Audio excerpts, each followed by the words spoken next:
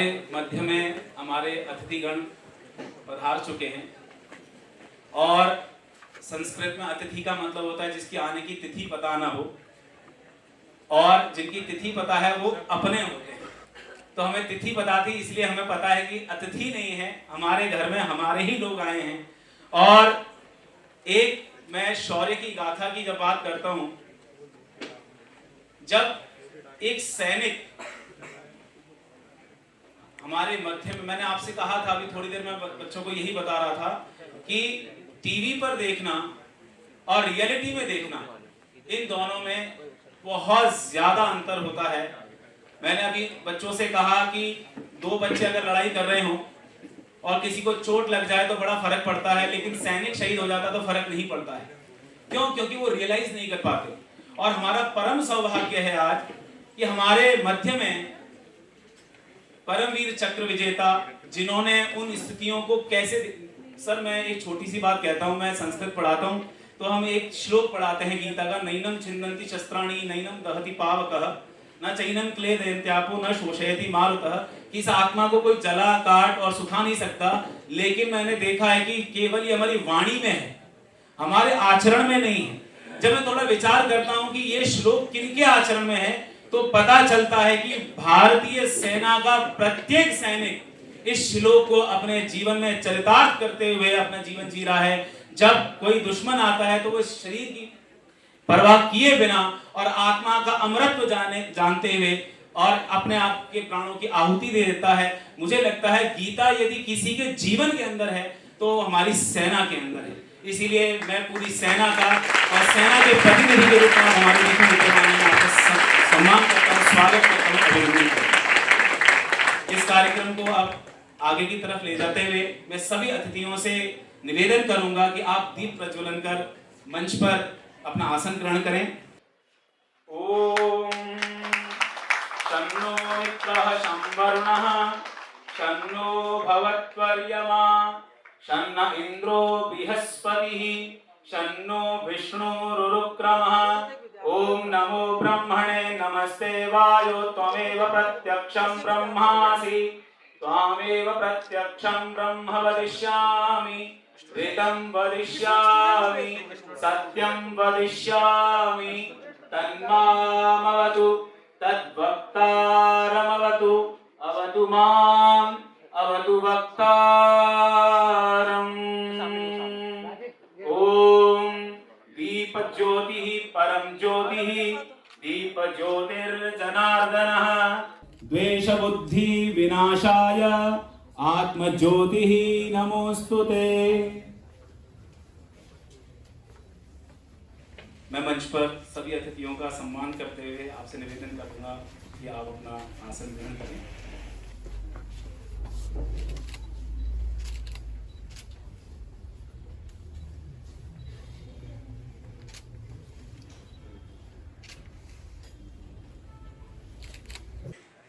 अब जब हमारे घर में ये आप सभी का घर है और आपके घर में जब हमारे ही अग्रणी जिनकी वजह से घर सुशोभित होता है उनका स्वागत करना एक भारतीय परंपरा है। और स्वागत शब्द दो शब्दों से बना है। इसकी लोग एक ही अर्थ करते हैं, स्व और आगत, और एक करते हैं सु और आगत। मुझे सु और आगत बहुत अच्छा लगता है। सु मतलब कल्याणकारी, आगत मतलब आगमन। आपका आगमन हमारे लिए कल्याणकारी हो, हमारे संस्थान के लिए कल्याणकारी हो और ये संस्थान और उन्नति करे। इसीलिए इस स्वागत के क्रम में मैं सर्वप्रथम आदरणीय प्रिंसिपल मैम से निवेदन करूंगा कि हमारे बीच में डीन ऑफ कॉलेजेस आदरणीय बलराम सर विद्यमान हैं।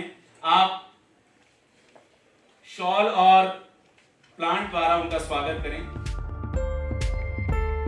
आप तालियों द्वारा स्वागत करेंगे।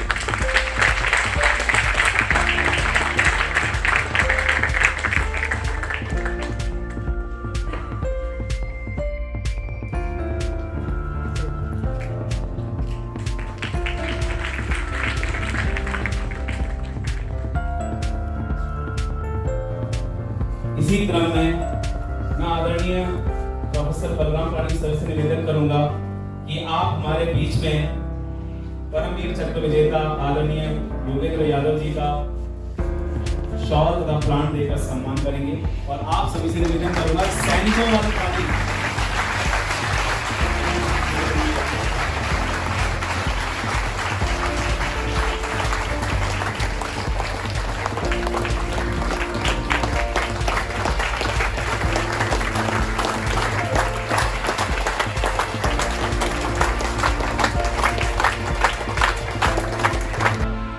आप शॉल एवं प्लांट द्वारा से प्रस्तावित करेंगे और आप ताली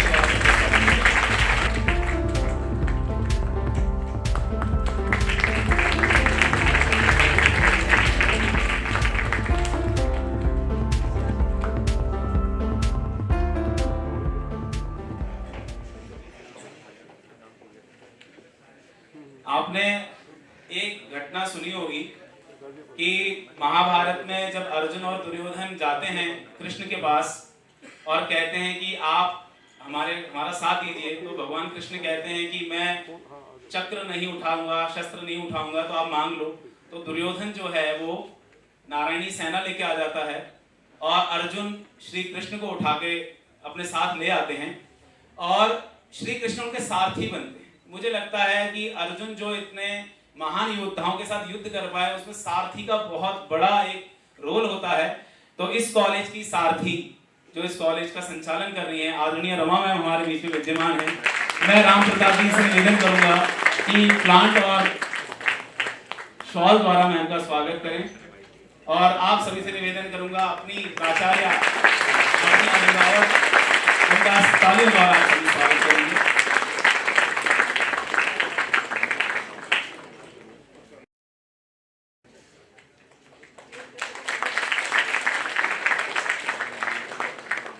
हमारे मध्य में कुछ विशिष्ट अतिथि विराजमान हैं, उनका भी स्वागत करना हमारा धर्म है। हमारे बीच में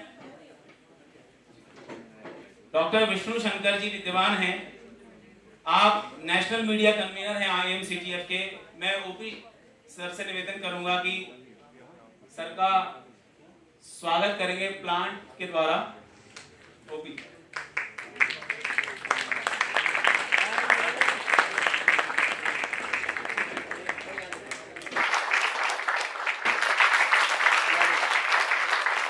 अब हम जो हमारा कार्यक्रम है, जिनको सुनने के लिए, जिनको अनुभव करने के लिए हम यहाँ विद्यमान हुए हैं, ऐसे अतिथिगण मंच पर विराजमान हैं। इनमें सबसे पहले मैं हमारे गुरु तुल्य हैं और मैं समझता हूँ सर, एक तो व्यक्ति पद पर आता है तो व्यक्ति शोभायमान होता है, एक व्यक्ति पद पर आता है पद शोभायमान हो जाता है। ऐसे ही हमारे बीच में dean of colleges professor Balram पाणी सर विद्यमान हैं, जिनके आते ही डीन ऑफ कॉलेजेस पद शोभायमान हो गया। और बच्चों आपको शायद पता ना हो, ये जो युग चल रहा है ये दिल्ली यूनिवर्सिटी का स्वर्णिम युग है, जिसमें आपके जो टीचर्स हैं उनको वो सम्मान मिला जो सालों सालों से नहीं मिला था। इनका श्रेय आदरणीय प्रोफेसर बलराम पाणी सर को जाता है। मैं सर आपको आमंत्रित करता हूं कि आप आएं और अब अपने विचार हमारे मध्य में रखें। आदरणीय sir.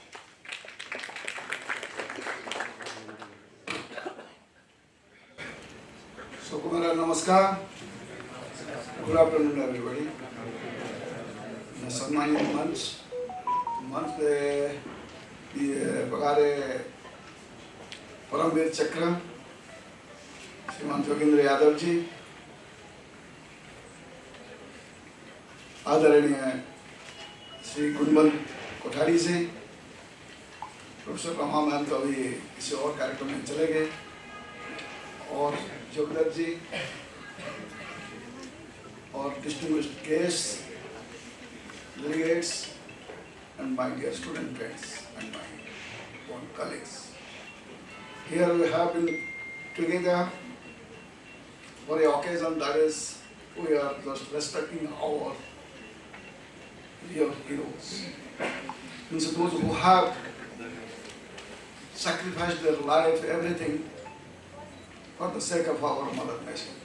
So that's why means from the early means Bhagavan Sri Ram ने यही कहा है जननी जन्मभूमि से स्वर्गादपि गरीयसी।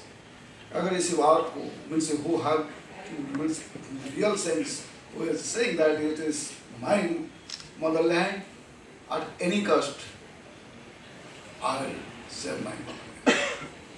He is the sainik, he is the soldier of our country. They are sacrificing their life, though they are facing very hard life. Means it is easy to say here. Means in the AC room, if you say in some lecture, it is okay. Right?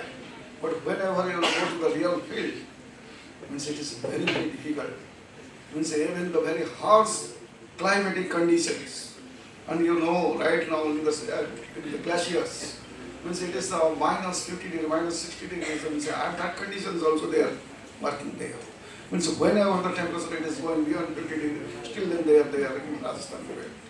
Everything, means whenever in the harsh condition, means wherever, even the life is not able to sustain, but still then, they are standing there, and they are protecting our motherland, and they will do whatever it is. Think that, okay, it is better for my own motherland. This is the thing.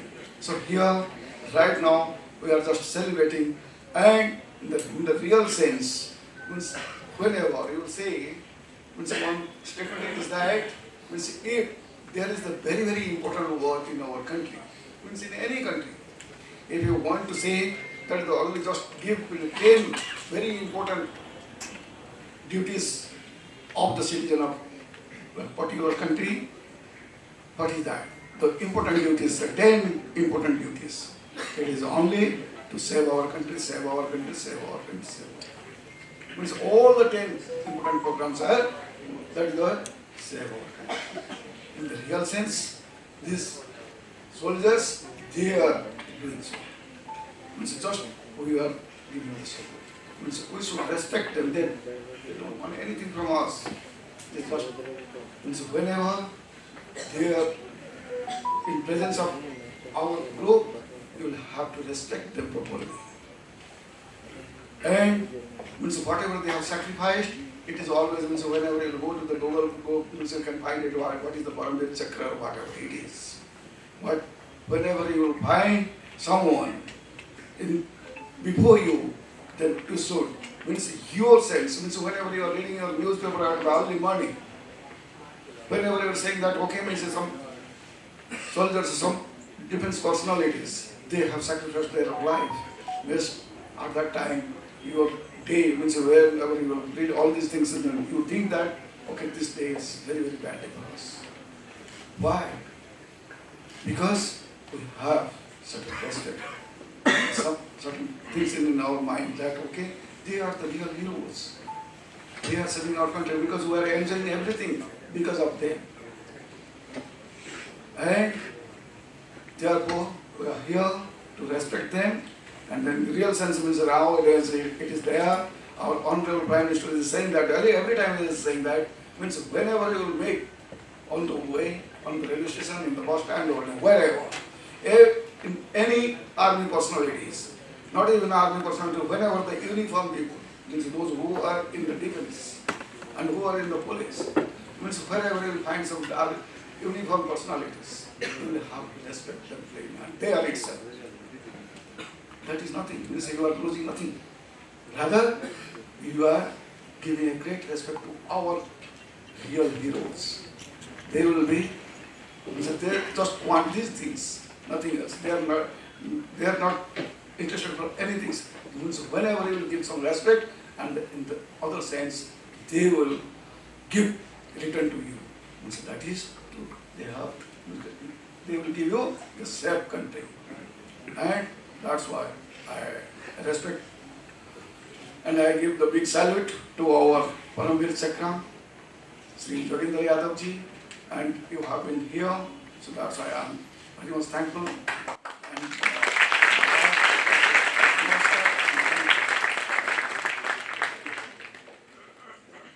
Thank you so much sir. Sir ने एक संस्कृत में एक वाक्य बोला था, जननी जन्मभूमिश्च स्वर्गादपि गरीयसी। जब राम लंका को जीत लेते हैं तो लक्ष्मण कहते हैं कि भैया आप क्या वापस इतनी यात्रा करेंगे, सोने की लंका है, बढ़िया वैभव है, यहीं ले जाते हैं, यहीं रह जाते हैं। तब राम बोलते हैं अपि स्वर्णमयी लंका न मे लक्ष्मण रोचते जनना जननी जन्मभूमिश्च स्वर्गादपि गरीयसी। हे लक्ष्मण, मैं मानता हूं ये लंका सोने की है, लेकिन जननी तो जन्मभूमि तो जननी है ना, माँ है ना। माँ बूढ़ी हो जाए, माँ तो माँ ही रहेगी। माँ कैसी भी हो, माँ को जो छोड़ देगा उस बच्चे का अस्तित्व क्या है। इसीलिए मुझे मैंने कहानी पढ़ी थी, उसमें एक ऋषि से पूछा, एक साधु से पूछा कि आप भगवान का भजन करते हैं, आप क्या कारण है कि इतने निश्चिंत हैं। कहा एक निश्चिंत तो है कि मैं मन के सारे विकारों को मार चुका हूं, दूसरा निश्चिंतता यह है कि मेरे देश का सैनिक बॉर्डर पे खड़ा है, मुझे निश्चिंतता है कि मेरे ऊपर कोई आक्रमण करने वाला नहीं है, इसीलिए मैं आंख बंद करता हूं तो बिल्कुल निडर हो जाता हूं, मेरे अंदर कोई डर नहीं रहता। आज हम जो यहाँ बैठ के स्पोर्ट्स खेलते हैं, यहाँ बैठ के जो खा रहे होते हैं, कैंटीन में खा रहे होते हैं, क्लासरूम में पढ़ रहे होते हैं बच्चों, इसका श्रेय सिर्फ हमारी सेना को जाता है, ऐसे परम वीरों को जाता है। और वीर शब्द की जो व्युत्पत्ति है, वीर शब्द का जो अर्थ है, वीर शब्द का जो अर्थ है, यास्क, आचार्य यास्क के पास जाओगे, वो कहता है वीरयति अमित्रान, शत्रु जिसको देख के थर थर कांप जाए वो वीर है। और हमारा परम सौभाग्य है कि हमारे बीच में तो परम वीर हैं। और मैं चाहता हूं आप तालियों द्वारा एक बार हमारे परम वीर जी का एक बार और स्वागत करेंगे। हमारे बीच में आदरणीय प्रदीप शर्मा जी विद्यमान हैं, वरिष्ठ समाज सेवी, हरियाणा प्रांत सह प्रमुख। मैं सर से निवेदन करूंगा कि आप प्लांट और मोमेंटो द्वारा सर का स्वागत करेंगे। आप सभी तालियों द्वारा सर का स्वागत करेंगे। इसी क्रम में आगे हमारे बीच में आदरणीय गुणवंत कोठारी जी विद्यमान हैं। मैं उनको बुलाऊं, उनसे पहले उनके परिचय के लिए मैं विष्णु शंकर जी को आमंत्रित करता हूं। सर आप आए और आदरणीय कोठारी जी का संक्षिप्त परिचय हमारे मध्य में रखें। आप सभी को सादर प्रणाम। एक बार जोर से बोलेंगे, भारत माता की जय। क्या हम सभी जानते हैं कि सेनाएं हमारे लिए कितना योगदान देती हैं, परम वीरों का क्या योगदान है। इसी प्रकार से समाज में कुछ लोग अपने जीवन का भारत माता के लिए समर्पण कर देते हैं, उन्हें हम प्रचारक कहते हैं, जो पूरा जीवन समाज के लिए लगाते हैं। तो हमारे मध्य में हमारा सौभाग्य है, आदरणीय गुणवंत जी हमारे को आज यहाँ उपस्थित हैं। आदरणीय गुणवंत जी ने 1968 में अजमेर राजस्थान से बीकॉम की पढ़ाई करने के बाद अपना जीवन देश सेवा में लगा दिया। उन्होंने वनवासी कल्याण आश्रम में 35 वर्षों तक काम किया। वनवासी कल्याण आश्रम में सेवा के काम किए, समाज के विकास के लिए काम किए, जो कि बहुत ही दुर्गम क्षेत्र होता है। उसके बाद में हमारे इस संगठन के आज राष्ट्रीय संयोजक के रूप में हमारा मार्गदर्शन कर रहे हैं। IMCTF के माध्यम से किस प्रकार से मॉरल और कल्चरल वैल्यूज को समाज में स्थापित किया जाए, इसके लिए सतत प्रयासरत हैं। मैं आदरणीय भाई साहब का आग्रह करता हूं कि वो आके हम सभी को कृतज्ञ करें।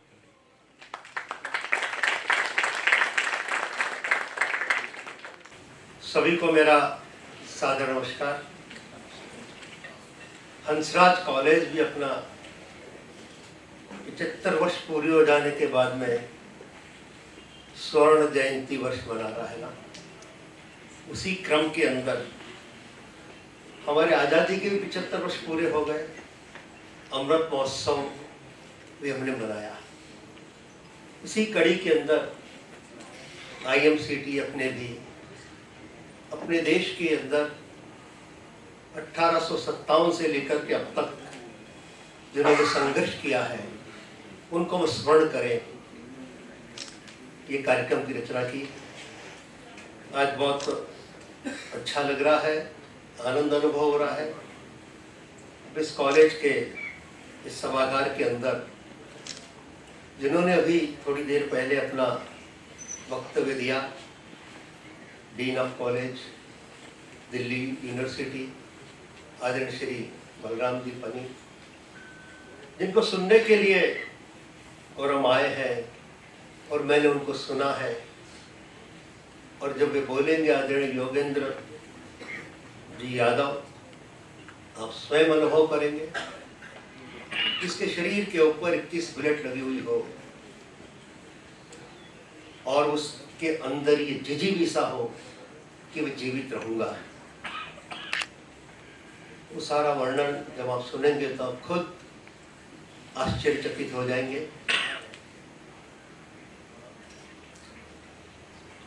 हजारों लाखों के पैदा होने से देश नहीं बनते, नदी और नालों से भी देश नहीं बनते, कल और कारखानों से भी देश नहीं बनते। तो देश किन से बनते हैं? उस देश के अंदर रहने वाले वहां के निवासी अपनी जन्मभूमि, अपनी मातृभूमि, उसके कण कण को पवित्र मानते हैं, उसके कण कण की रक्षा के लिए सर्व समर्पण करने के लिए उद्यत रहते हैं। ये भावना जिस देश के निवासियों की हृदय में रहती है, उनके त्याग और तपस्या से, उनके शौर्य और बलिदान से, उनके मॉरल वैल्यूज से देश बना करते हैं, देश बना करते हैं। स्वामी विवेकानंद शिकागो के अंदर भारतीय संस्कृति की महानता, उदात्तता, उसकी विश्व व्यापकता और उसके अंतर्निहित जो दर्शन है, ईसा वर्ष इदम सर्वम, कण कण के अंदर वो चेतन तत्व विराजमान है। इस संस्कृति का जब वो वापस जागरण करके भारत में आए, सबसे पहला काम क्या किया? चेन्नई के समुद्र के तट के ऊपर हजारों लोग उनके स्वागत के लिए आते थे। इस भूमि पर पांव रखते ही इस माता की वंदना की, उसकी चरण रज को अपने शरीर पर लगाया और भाव विभल अश्रुपूरित नेत्रों से उन्होंने कहा कि मां, मैं उस पश्चिम की भौतिकवादी संस्कृति के अंदर, उन देशों के अंदर मैं रह करके आया हूं। कहीं पर भी वहां के कण, वहां के कहना चाहिए कि कुछ भी अणु परमाणु मेरे अंदर आ गए हो तो तेरे इस पावन रज से वो समाप्त हो जाएंगे और मेरे अंदर की दिव्यता वापस जागृत हो जाएगी। ये महिमा इस भारत भूमि की है, ये महिमा भारत भूमि। मैं रहूं या ना रहूं, भारतीय रहना चाहिए। इस गीत को आपने सुना है। क्यों रहना चाहिए भारत? क्योंकि भारत के पास तो क्या चीज है जिसकी विश्व को आज आवश्यकता है? वो है भारत का दर्शन, भारत की फिलॉसफी, जो संपूर्ण इस ब्रह्मांड को अखंड मंडलाकार मानता है, कण कण में उस चेतन तत्व को मानता है, डिवाइन मानता है। ये भारत की संस्कृति का मूल है। और उस संस्कृति के अनुसार जीवन जीने वाले लोग, उस संस्कृति की रक्षा करने वाले हजारों अबाल वृद्ध नर नारी, उन सबको स्मरण करें। मैं बहुत छोटे से 2-3 प्रश्न आपसे करता हूं। तुम मुझे खून दो, मैं तुम्हें आजादी दूंगा, ये किसने कहा था? बहुत अच्छा। मेरे शरीर पे पड़ने वाली प्रत्येक लाठी की कील, प्रत्येक लाठी ब्रिटिश साम्राज्य के कफन की कील बनेगी, ये किसने कहा? बहुत अच्छा, बहुत अच्छा।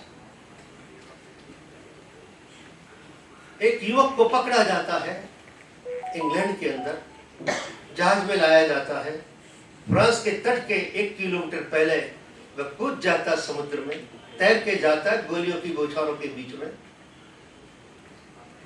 वहां जाके उसे पकड़ लिया जाता है, वापस अंडमान भेज दिया जाता है। 2 जन्मों की सजा होती है।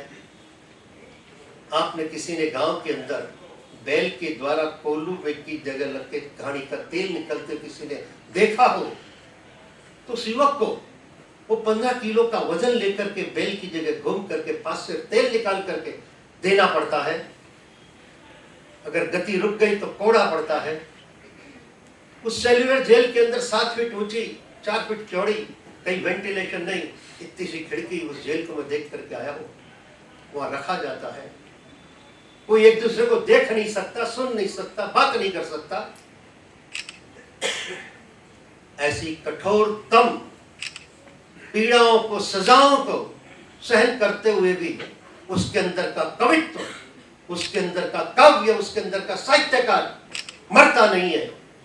वो स्मरण करता है, याद करता है, और बाहर निकल करके आने के बाद वो लिखता है अंडमान का प्रिय प्रवास, वो लिखता है भारत इतिहास के 6 स्वर्णिम पृष्ठ। उसने लिखी 1857 की स्वतंत्र समर की कथा। वो नाम आपने सब जान लिया होगा, क्या नाम है उनका? वीर सावरकर। वो दोनों भाई एक ही जेल के अंदर थे, बड़ा भाई और छोटा भाई। कैदियों की अदला बदली जब होती है तब बड़ा भाई छोटे भाई को पहचान जाता है और एक अखबार के छोटे से टुकड़े के ऊपर के लिख करके संदेश भेजता है छोटे भाई को। बड़ा भाई क्या लिखता है? कोई नहीं पूछता कि घर में भाभी कैसी होगी, बच्चे कैसे होंगे। वह पूछता है कि तात्या, मैं तो सोच रहा था कि तुम इंग्लैंड में रह करके भारत को आजाद कराने का प्रयत्न कर रहे होंगे, तुम कैसे पकड़ में आ गए? ये जज्बा था उन लोगों का।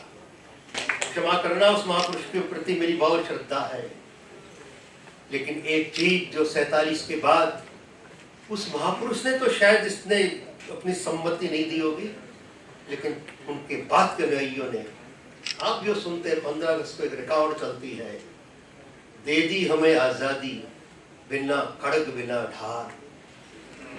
आगे की पंक्ति आप समझ गए होंगे। कर दिया तूने कमाल।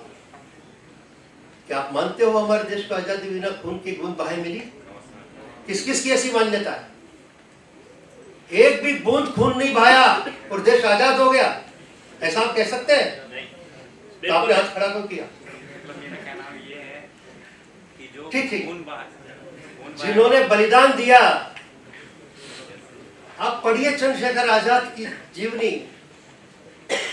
पढ़िए भगत सिंह की जीवनी, एक एक क्रांतिकारियों की जीवनी पढ़ोगे तब आपको पता लगेगा कि हमें आजादी जो दिला करके गए, आज उन बलिदानी लोगों को कितना एहसान किया।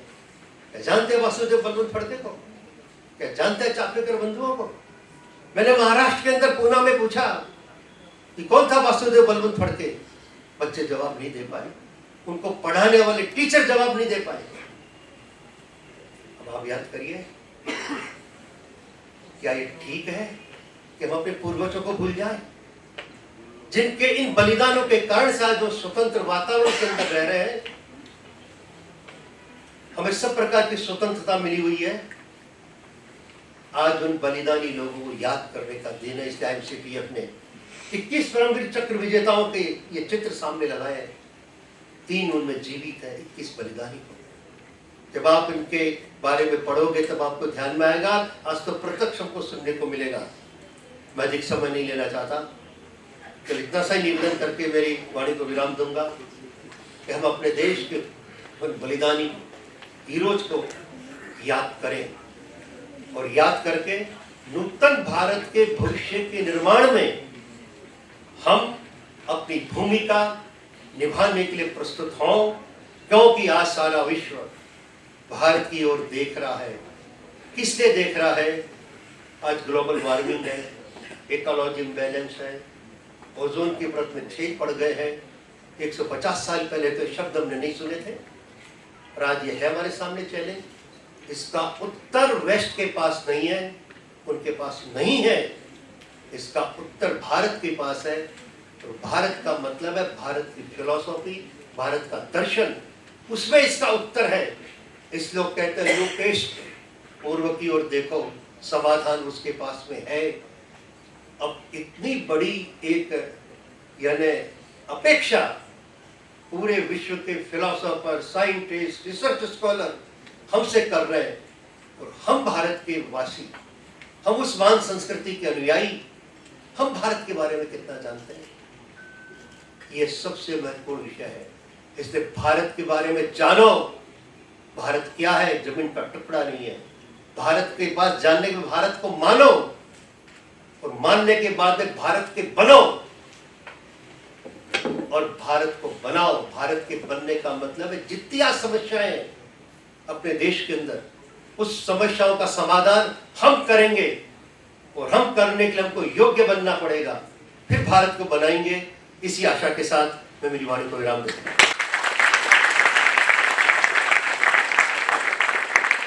बहुत बहुत धन्यवाद सर।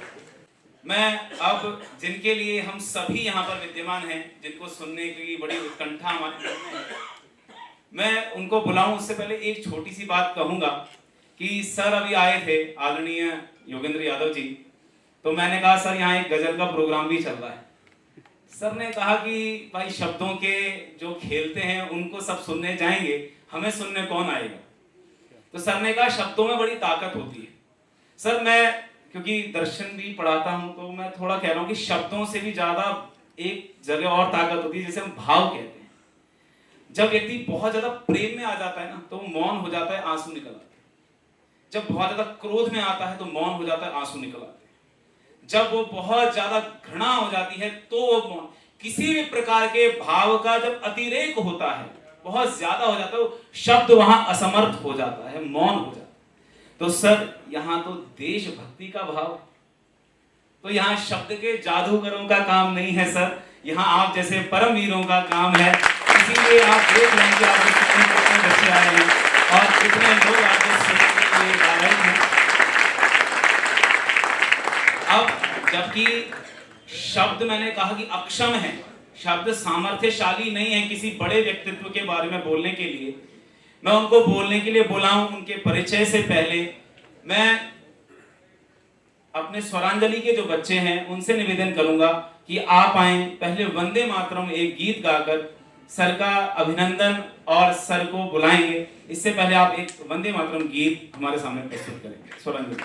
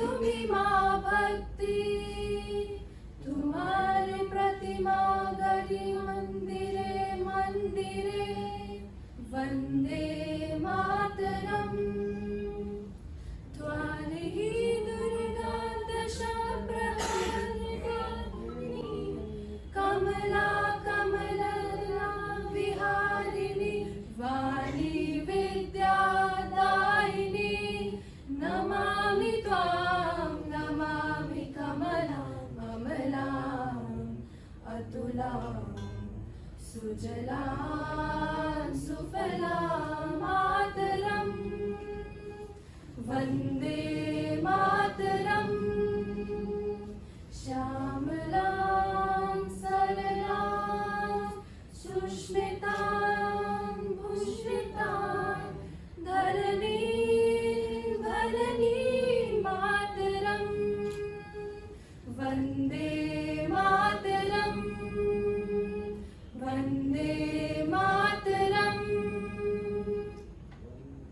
भारत माता की वो घड़ी आ चुकी है जिसके लिए हम सभी यहाँ विद्यमान हैं, जिसके लिए हम सभी आए हैं। कुछ नाम ऐसे होते हैं जिनको परिचय की कोई आवश्यकता नहीं होती और जिनका परिचय देने में भी शब्द सामर्थ्यशाली नहीं होते।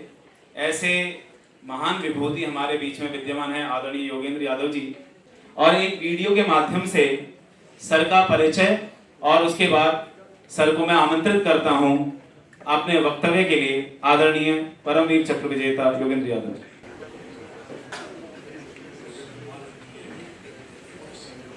भारतीय सेना सेवानिवृत्त अधिकारी हैं जिन्हें कारगिल युद्ध के दौरान 4 जुलाई 1999 की कार्रवाई के लिए उच्चतम भारतीय सैन्य सम्मान परमवीर चक्र से सम्मानित किया गया।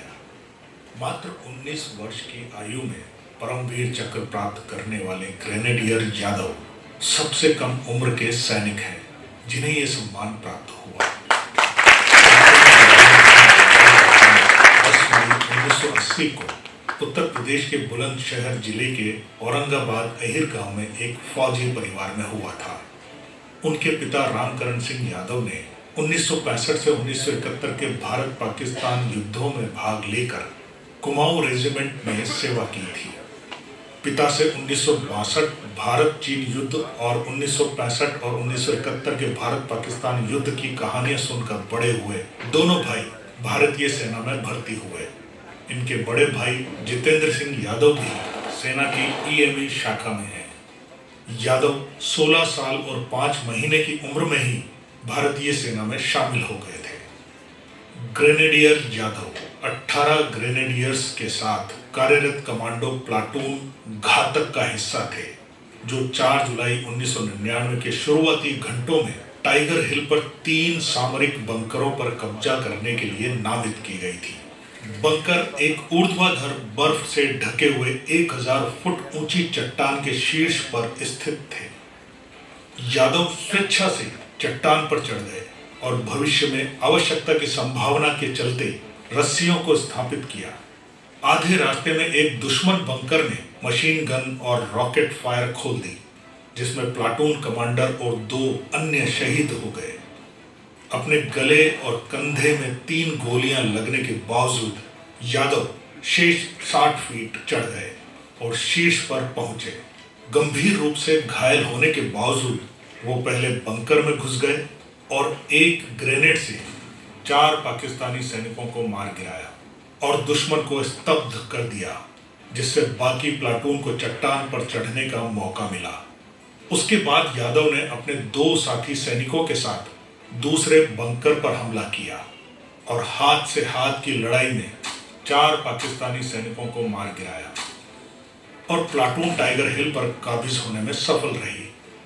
जान की बाजी लगाकर दुश्मन की 17 गोलियां झेलकर भी अदम्य साहस का परिचय देते हुए कारगिल युद्ध में सामरिक टाइगर हिल चोटी फतेह करने में अनुकरणीय भूमिका के कारण भारत के राष्ट्रपति द्वारा परमवीर चक्र का सम्मान दिया गया।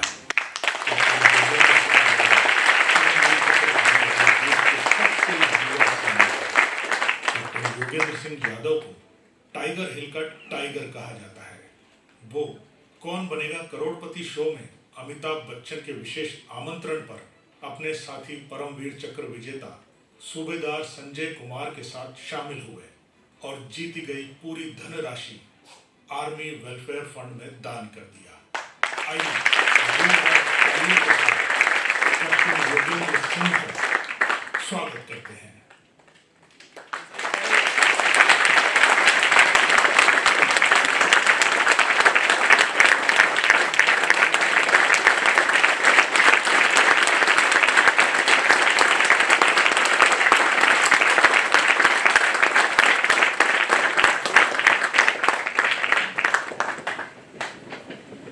जय हिंद।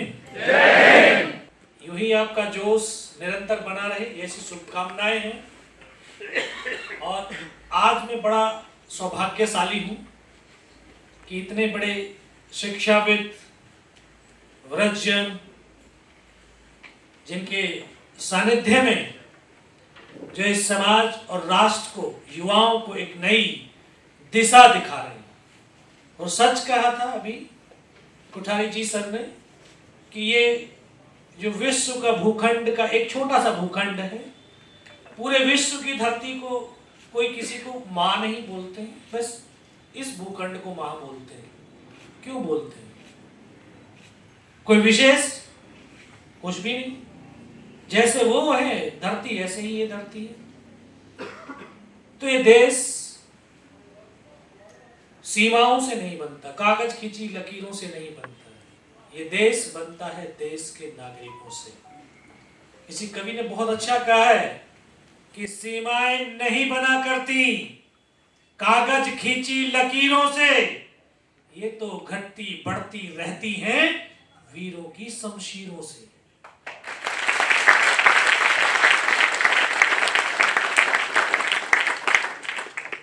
तो मैं परम आदरणीय प्रोफेसर बलराम जी, जो डीन ऑफ कॉलेज यूनिवर्सिटी हैं, और हमारे IMCTF के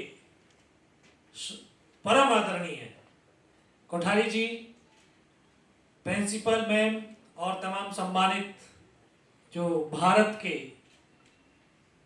वो एक नई दिशा दिखाने वाले जो योद्धा हैं, मैं उनको बुजुर्ग नहीं कहूँगा, योद्धा हैं, वो लीडर्स हैं और देश की युवा शक्ति, आप सबको प्रणाम और वंदन भी करता हूँ। आज अभी बात चल रही थी और उसी बात को मैं आगे बढ़ाता हुआ कह रहा हूँ कि हम हैं क्या? हम हैं क्या? हम शरीर हैं या सोल है? शरीर तो हम नहीं है, हम तो एक सोल है। और इसका एहसास मैं आपको अभी कुछ देर के बाद में करा दूंगा कि आप एक सोल हैं, आप बॉडी नहीं है। आप एक एनर्जी के पुंज हैं। और शायद आपने आज तक जो एनर्जियों की बातें सुनी होंगी, लेकिन एनर्जी का प्रयोग करके उसको एहसास नहीं किया होगा। आपको उस प्रयोग का भी बारे में आज जो है एहसास करा के जाऊंगा कि आपके पास एनर्जी है और वो एनर्जी किस तरह से आप उसके संपर्क में आते हैं। आज आपको एक और चीज बता के जाऊंगा कि आपने नाम सुना होगा पावर ऑफ विजुअलाइजेशन, सुना है ना? कभी इसका प्रैक्टिकल किया? आज उसका भी प्रैक्टिकल करके जाएंगे कि हम पावर ऑफ विजुअलाइजेशन, कि हमारा माइंड जब हम कोई विजुअलाइजेशन करते हैं तो माइंड किस प्रकार से इस बॉडी के ऊपर इफेक्ट डालता है और इस बॉडी को उस तरफ चलाता है। मैं कोई प्रोफेसर नहीं हूं, आपके पास बहुत बड़े बड़े प्रोफेसर हैं। मैं एक भारतीय सेना का एक छोटा सा सैनिक हूं और इस भारत माँ का सेवक हूं। बस कोशिश थी, और कोशिश इसलिए कि जब हम कोई चीज पढ़ते हैं, सुनते हैं, देखते हैं तो हमारे भाव जागृत होते हैं और वो भाव हमें एक पर्पस देते हैं। अभी तक आपने बहुत सारे फॉर्मूले पढ़े होंगे, लेकिन ये 3P का फॉर्मूला अगर आप अपने जीवन में अप्लाई करेंगे, कोई भी किसी भी वर्ग का, किसी भी प्रोफेशन का कोई भी है, अगर मैं खाना खा रहा हूं यार, मेरा पर्पस क्या खाना खाने का? अगर जब तक इंसान को अपना पर्पस मालूम नहीं है वो भटकता रहेगा। और जब पर्पस क्लियर हो जाएगा तो एक व्यक्ति के पास 4 प्रकार की शक्तियां एट ए टाइम होती हैं। पहली उसकी शरीर की शक्ति, दूसरा उसका मन की शक्ति, तीसरा उसका बौद्धिक समझ की शक्ति, और चौथी वो स्पिरिचुअल शक्ति जो एट ए टाइम हमारे साथ में होती है। सबसे पहले जीवन में पर्पस। अब मैं अगर कुछ पढ़ रहा हूं, कॉलेज आया हूं या आई हूं, मेरा पर्पस क्या है? क्यों पढ़ना है मुझे? मैं पिछले 2 महीने में जो ये मेडिकल स्टूडेंट होते हैं, जो साइंस नीट की तैयारी करते हैं, जो इंजीनियरिंग की तैयारी कर रहे हैं, 1,60,000 आप जैसे भारत के युवाओं से मिलकर के आ रहा हूं। उनसे मैं पूछा यार डॉक्टर क्यों बनना है? मम्मी ने बोला है। इंजीनियर क्यों बनना है? पापा ने बोला है। 1,60,000 स्टूडेंट में से सिर्फ एक स्टूडेंट को पर्पज बोला सर मुझे क्लियर है। मैं कहा क्या है तेरा? बोला सर पैसा कमाना इसलिए डॉक्टर बनना। हाँ तो उसको पर्पज क्लियर है ना, पैसा कमाएगा वो, इसलिए डॉक्टर बनना है। आप यहाँ पे हंसराज कॉलेज में आए हैं, ग्रेजुएशन में आ गए हैं, तो आपका पर्पज क्यों क्या है? जब तक मेरा पर्पज जीवन का क्लियर नहीं होगा तब तक मेरे अंदर पैशन नहीं आएगा। दूसरा पी, पैशन। पैशन नहीं आएगा क्योंकि ये पैशन ही हमारी तमाम शक्तियों को एकाग्र करता है, एक साथ जोड़ता है। अभी उसमें वो पैशन पागलपन होता, दीवानगी होती है। आपने घोड़ा देखा है? शायद अभी वो घोड़ा पक्की नहीं चलती है, पहले वो चलती थी घोड़ा पक्की, अभी भी चलती है। यहाँ से पुरानी दिल्ली रेलवे स्टेशन पे जाना, ठीक है, उसके यहाँ पे ऐसे बंधा होता है घोड़े के, वो किसके बांधते हैं? इधर उधर ना देखे। पैशन, जुनून, पागलपन। और अगर जब पैशन आ गया तो इसके साथ जुड़ जाता है hard work. Hard work, hard work. HDFC का सुना होगा ना नाम आपने, है ना? HDFC क्या है? बैंक है। बैंक नहीं है वो, हमारे जीवन से फार्मूला है वो। H से हार्ड वर्क होता है और D से डिटर्मिनेशन, दृढ़ संकल्प। अगर आप हार्ड वर्क करने का दृढ़ संकल्प लेते हैं तो F फोकस, आपके एम के ऊपर फोकस बन जाता है। जब फोकस बनता है तो C सैक्रिफाइस।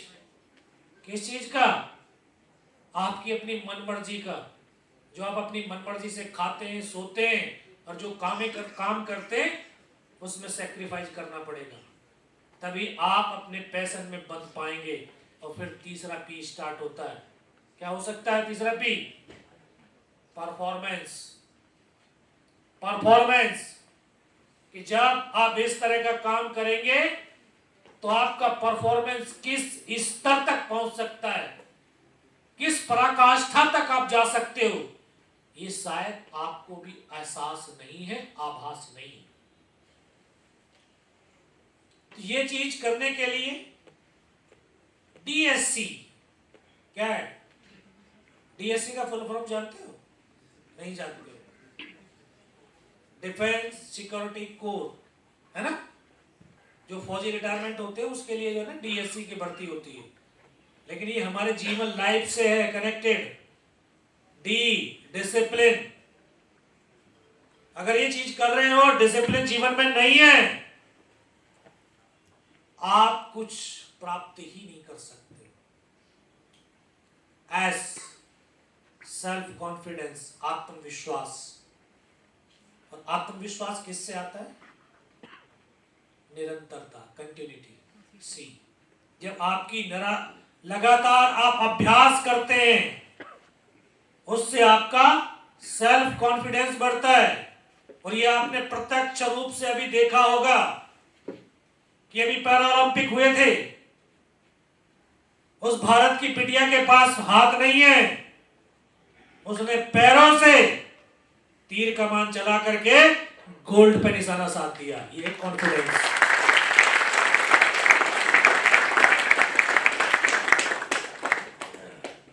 तो मैं आपको पर्पज बताने के लिए आया हूं कि आपका जीवन का पर्पज क्या है। मुझे अपने जीवन का पर्पज 6th क्लास से मालूम था, क्योंकि मैं पिता से कहानियों को सुन करके बड़ा हुआ था, किताबों में पढ़ करके बड़ा हुआ था।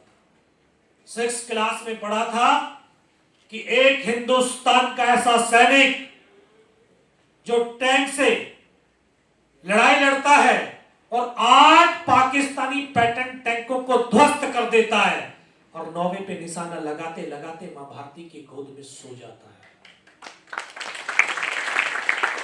जानते हो उसका नाम? अब्दुल हमीद। उसको पढ़ा। पिता बताया करते थे कि लाहौर में हम 71 में पहुंच गए थे,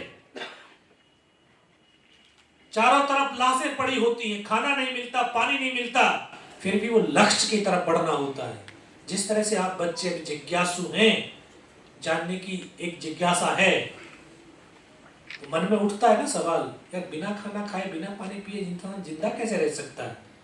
तो काम करने की तो वो सोच भी नहीं सकता है। तभी तो वो भाव जागृत हुआ। मुझे पिता ने जो बताई परिस्थितियां, उन पिता की परिस्थितियों में जाकर के रहना है, उन परिस्थितियों में जीना है, फौजी बनना है।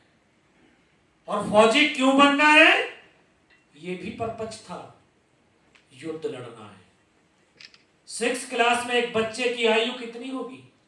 10-11 साल, जिसको युद्ध की ABCD नहीं पता होती। लेकिन उस समय से 6th क्लास से इन आंखों से सपनों को देख नहीं रहा था, हृदय से उन सपनों को जी रहा था। एक योद्धा हूं, वर्दी पहनी हुई है और एक युद्ध लड़ रहा हूं। क्योंकि हम तो आप लोग सब सपने देखते हैं ना, आंखों से देखते हो। उन सपनों को जीना जब जिस दिन शुरू करोगे, और सपना आपको पहले ही बताया कि सपना सोल से जिया जाता है। और सोल क्या है? उस अल्लाह वाहिगुरु, उस परमात्मा का जो है एक स्वरूप है, उसका ही तो एक अंश है। अगर आपके सपनों में, आपके सपनों को साकार करने में परमात्मा शामिल हो गया, तो दुनिया की कोई ताकत ऐसी नहीं कि आपके उन सपनों को साकार होने से रोक सकती है। आप वो बनना चाहेंगे, जो बनना चाहेंगे वो बन जाएंगे, आपको वहीं ले जाए। आपकी तरह मैं भी एक सरकारी स्कूल में पढ़ करके बड़ा हुआ, 11th पास किया, 12th में आया, 16 साल 5 महीने की अवस्था थी। फौज की भर्ती निकली, भर्ती होने चला गया। इतना कॉन्फिडेंस था कि एक बार में जाऊंगा तो भर्ती हो जाऊंगा। और बच्चे का जो सबसे ज्यादा गहराई जानकारी किसको होती है? माँ को होती है। माँ को आभास था, एहसास था। उन्होंने कहा कि जिस दिन ये जाएगा उस दिन भर्ती हो जाएगा। पिता और भाई, उनको जो है संशय था, अरे नहीं, क्या इसके लिए वैकेंसी अलग से निर्धारित कर रखी है? लेकिन माँ ने बड़े कॉन्फिडेंस से बोला कि जिस दिन ये जाएगा उस दिन भर्ती हो जाएगा। और जिस दिन मैं गया उस दिन मैं भर्ती होकर के आया।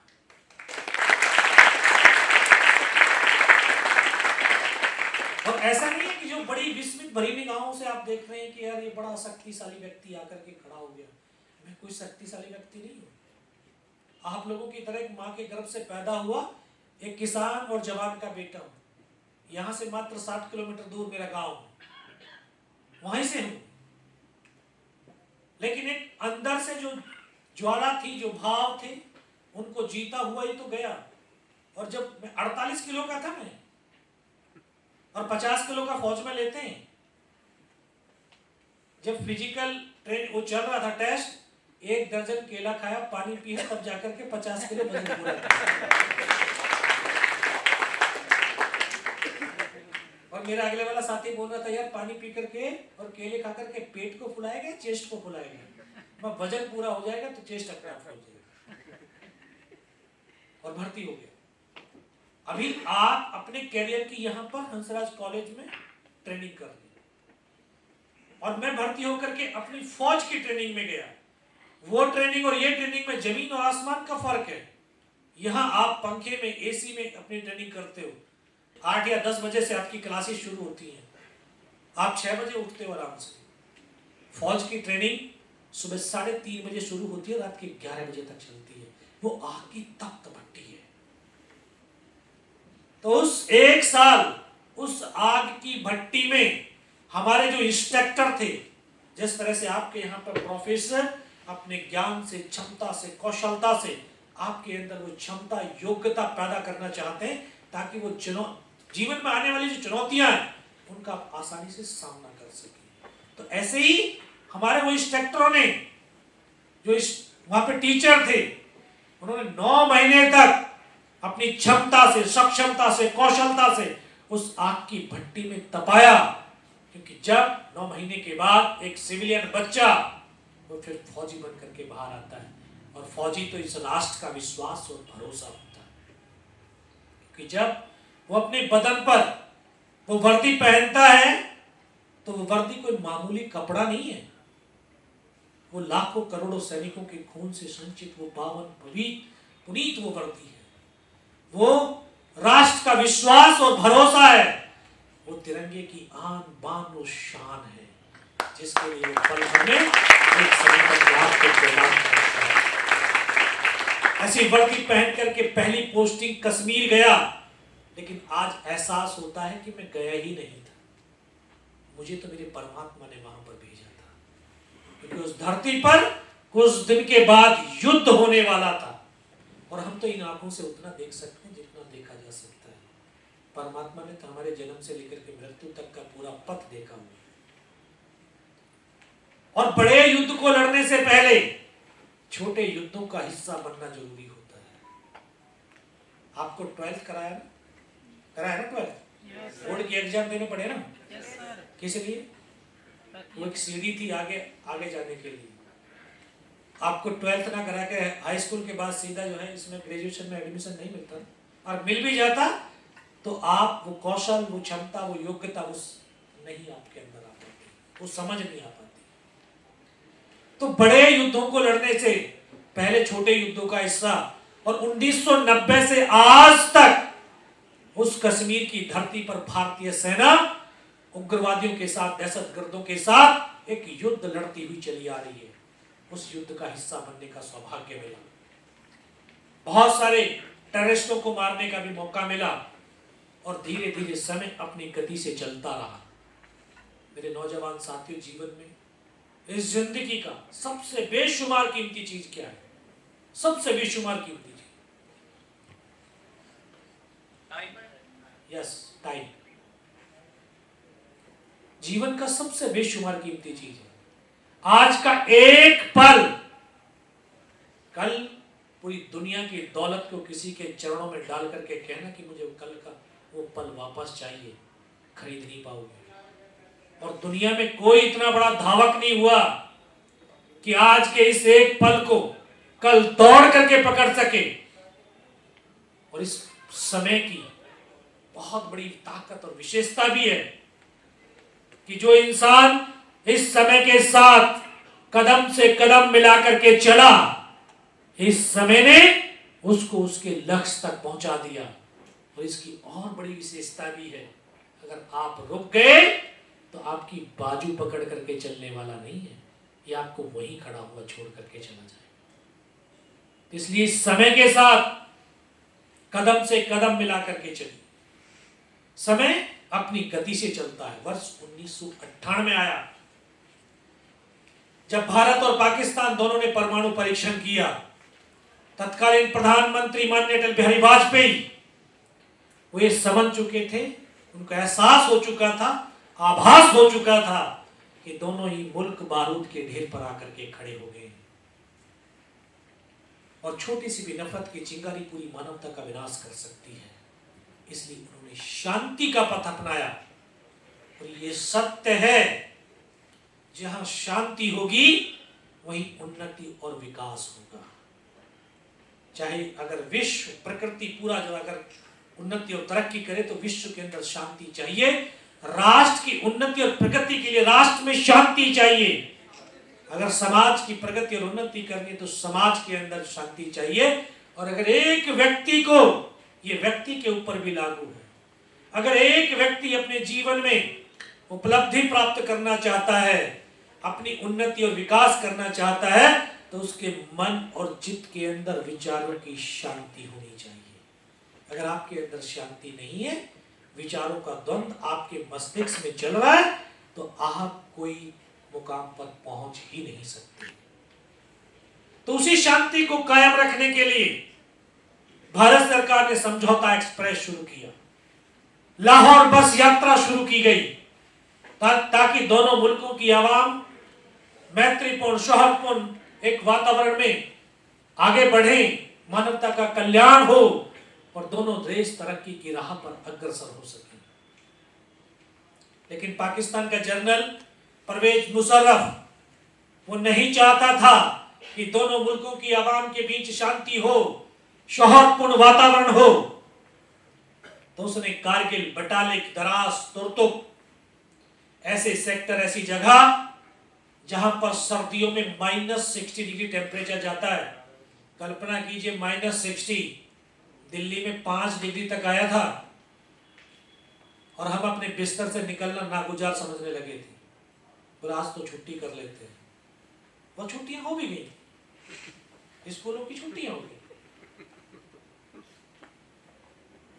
बट आज भी आपके इस शहर के, प्रदेश के, आपके देश के वो बेटे और बेटियां उस -60 डिग्री टेम्परेचर में खड़े होकर के अपने कर्तव्य का पालन कर रहे हैं, ताकि इस देश का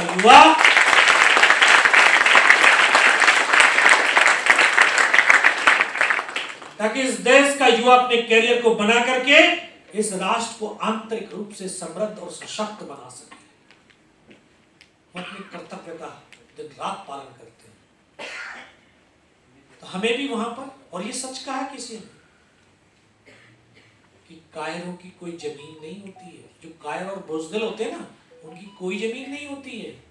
और ये भी है कि हम बहुत सारे जो है ये नौजवान मेरे से बात करते हैं मैसेजों पे, बोला सर फौज में जाना है लेकिन डर लगता है।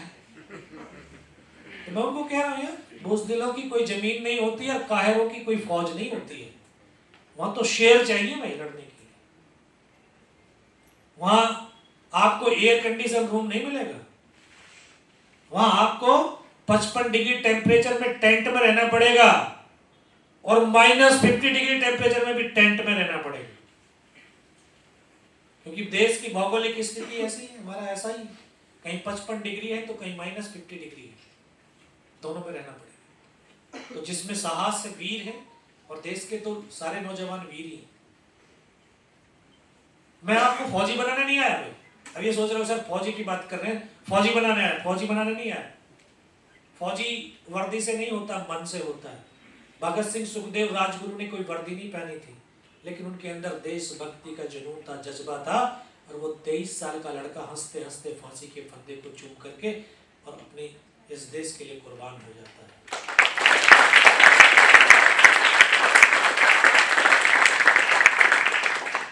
अभी तक आपने जीवन के रोल मॉडल बना लिए होंगे नहीं?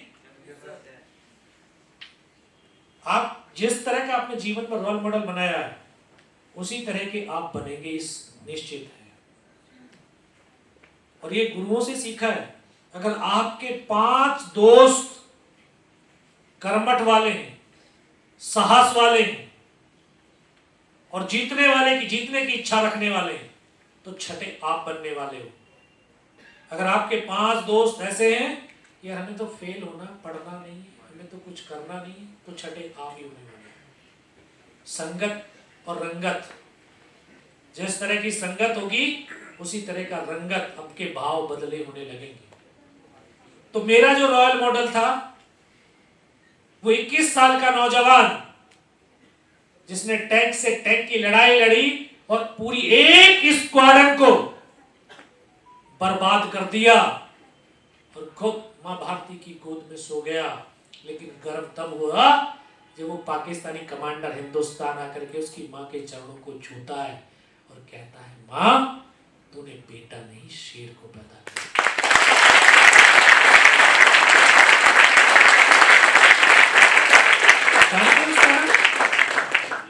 जानते हैं उसका नाम? नहीं, मैं पूरे देश में पूछता हूं भाई, नहीं यार। अच्छा, क्रिकेटर कौन कौन है और किसने कितनी सेंचुरी बनाई है, सब जानते हैं। कितने हमारे जो हीरो हीरोइन है, उन्होंने कितनी फिल्म बनाई, कितनी उनकी फ्लॉप हुई, ये भी हम जानते हैं। लेकिन किसकी बदौलत वो फिल्म बना रहे हैं और किसकी बदौलत हम ये सारा काम कर पा रहे हैं, उनके बारे में जानने की चेष्टा ही नहीं करते। क्योंकि ये एक्चुअल में ये भी है ना, जो दिखता है वही बिकता है। फौजी तो कोई दिखता नहीं, वो तो रोज आकर के टीवी पे नहीं आएगा, तो उसको हम देखने की कोशिश नहीं करते। सेकंड लेफ्टिनेंट अरुण खेत्रपाल, वो था वो 21 साल का नौजवान।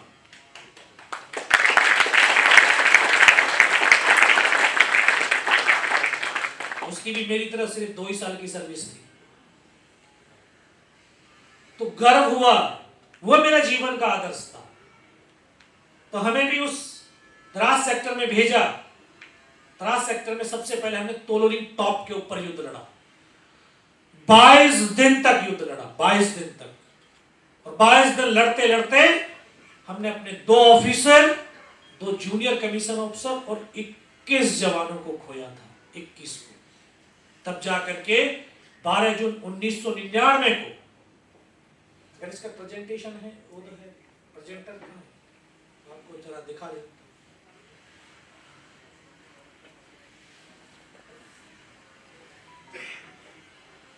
ये पिक्चर तो आपने बहुत देखी होगी, हाँ? देखी है ना?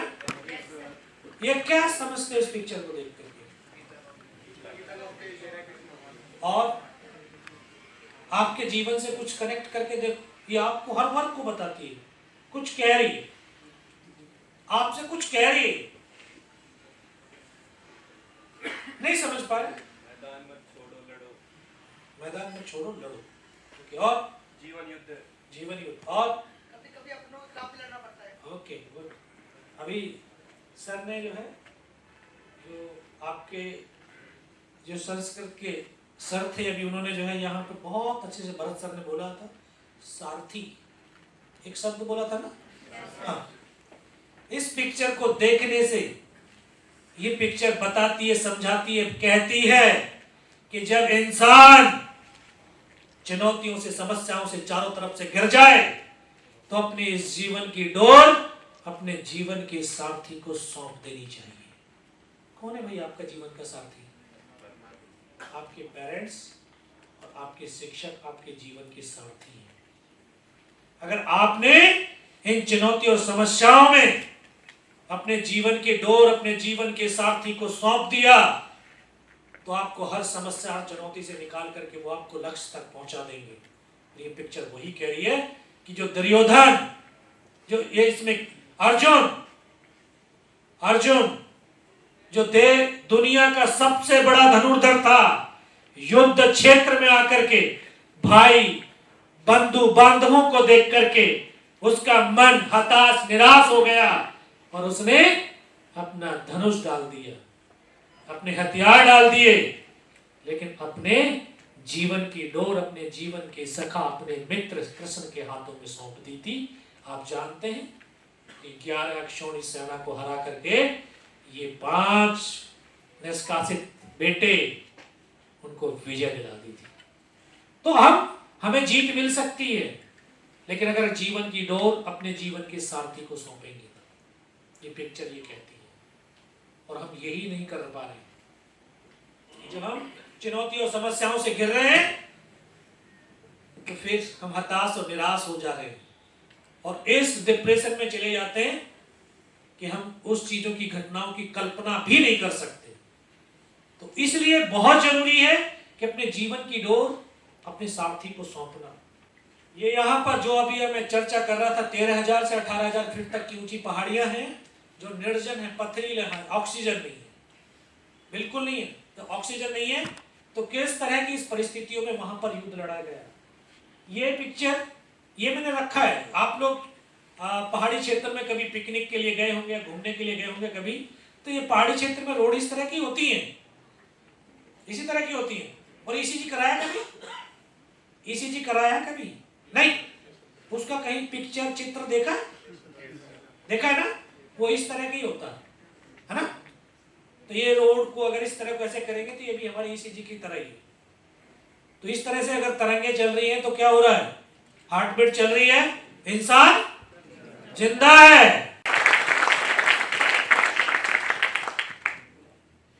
इस पहाड़, ये तोलोलिंग टॉप, इसमें 22 दिन युद्ध लड़ा हमने। 22 दिन, और 22 दिन के दौरान 26 मई को भारतीय वायुसेना के फाइटर अटैकर इन पे बम्बारमेंट करने के लिए आए। 28 मई को वो समय, वो पल मुझे आज भी याद है।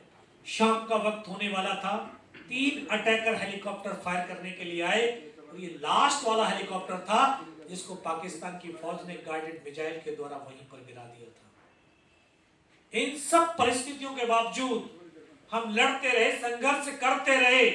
हमने 2 ऑफिसर, 2 जूनियर कमीशन ऑफिसर और 21 जवानों को खोया, तब जाकर के 12 जून 1999 को इस पहाड़ी के ऊपर हिंदुस्तान की सेना ने पहली सफलता के रूप में हमने यहां पर विजय पताका फहराया था।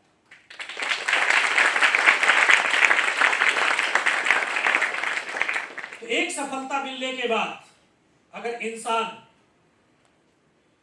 ने संतोष कर लिया तो इंसान गिरने लगेगा।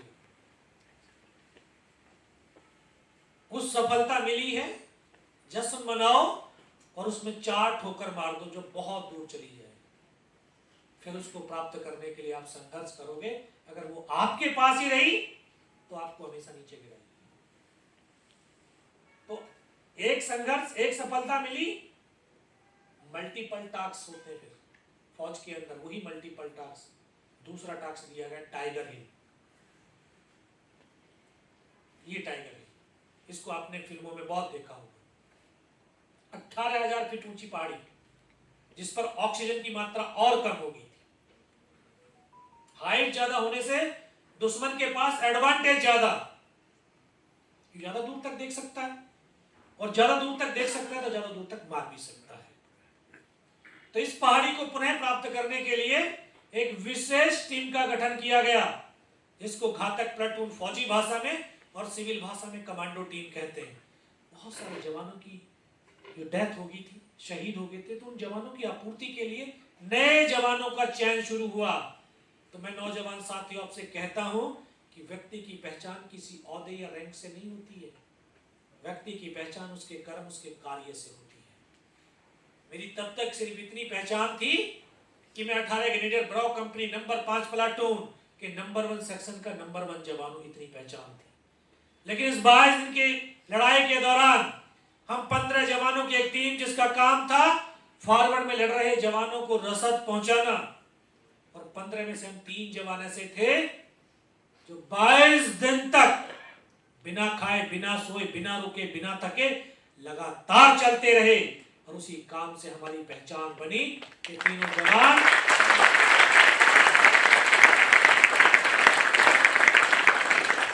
फिजिकल और मेंटल बहुत स्ट्रांग है। इनको इस टीम के अंदर शामिल किया जाए। इस तरह से मुझे उस टीम का हिस्सा बनने का सौभाग्य मिला। हमले का आदेश मिल गया। तो फिर आपसे फिर कह रहा हूं, समय का सदुपयोग करना सीखिए। तो हमने रात का समय का चुनाव किया, क्योंकि दिन में तो वो देख सकते थे, इसलिए रात भर इस पहाड़ी पर चढ़ते थे और दिन भर बिना किसी मूवमेंट के पत्थरों में चुपचाप पड़े रहते थे।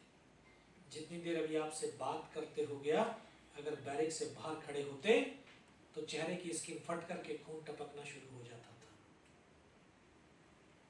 तो हिंदुस्तान के ये जवान चेहरे से टपकते हुए खून की परवाह किए बगैर, ऊपर से दुश्मन का भारी गोलाबारी, उससे भी बेफिक्र, कदम से कदम और कंधे से कंधा मिलाकर के 2 रात और 1 दिन इस टाइगर हिल टॉप के शिखर की तरफ बढ़ते रहे, चढ़ते रहे। और तीसरी रात का वो मंजर आज मेरी आंखों के सामने ऐसे दृश्यता है, शायद कल की ही तो बात है। सुबह का वक्त होने वाला था, बिल्कुल 90 डिग्री की चट्टान जिस पर चढ़ना असंभव था।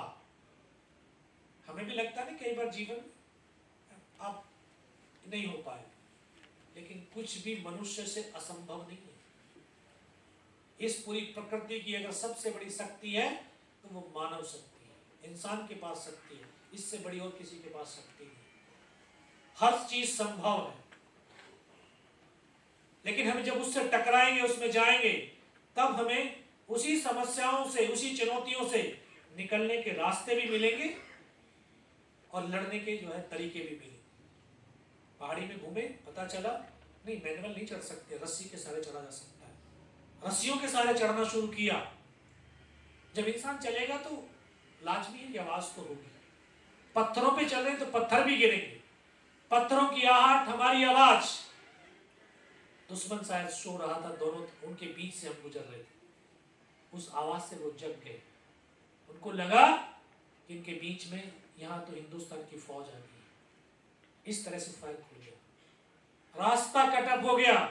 और केवल हम 7 जवान ऊपर चढ़ पाए थे। तब तक ऊपर चढ़े, जैसे 7-8 मीटर का बिल्कुल प्लेन स्पेस, सामने दुश्मन के बंकर, हम 7 जवानों ने जाकर आधा धुंध फायरिंग किया और उसमें बैठे हुए तमाम पाकिस्तानियों को पल भर के अंदर मौत के घाट उतार दिया।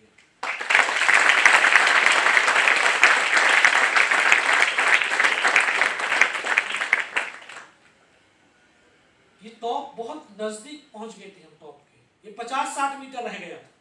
और टॉप पर तो उनकी एक कंपनी का डिप्लॉयमेंट, एक कंपनी की स्ट्रेंथ 150, 150 और हम केवल 7।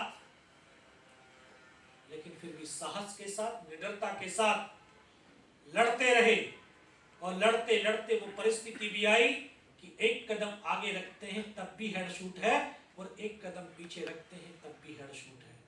मरना निश्चित हो गया था। लेकिन मैं नमन करता हूं इस देश की माओं को जो अपने बेटे और बेटियों को संस्कार स्वरूप कहती हैं कि सीने का दूध पिलाया है, सीने पर गोली खाना, कभी पीठ पर गोली मत खाना।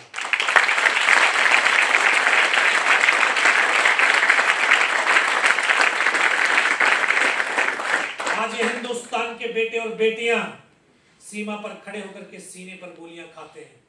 मेरे नौजवान साथियों, कभी भविष्य में किसी सैनिक का पार्थिव शरीर देखने का सौभाग्य मिले, उसके कफन तिरंगे को हटा करके देखना, उसके सीने पर गोलियों के निशान मिलेंगे, पीठ पर आपको एक भी निशान मिलने वाला नहीं।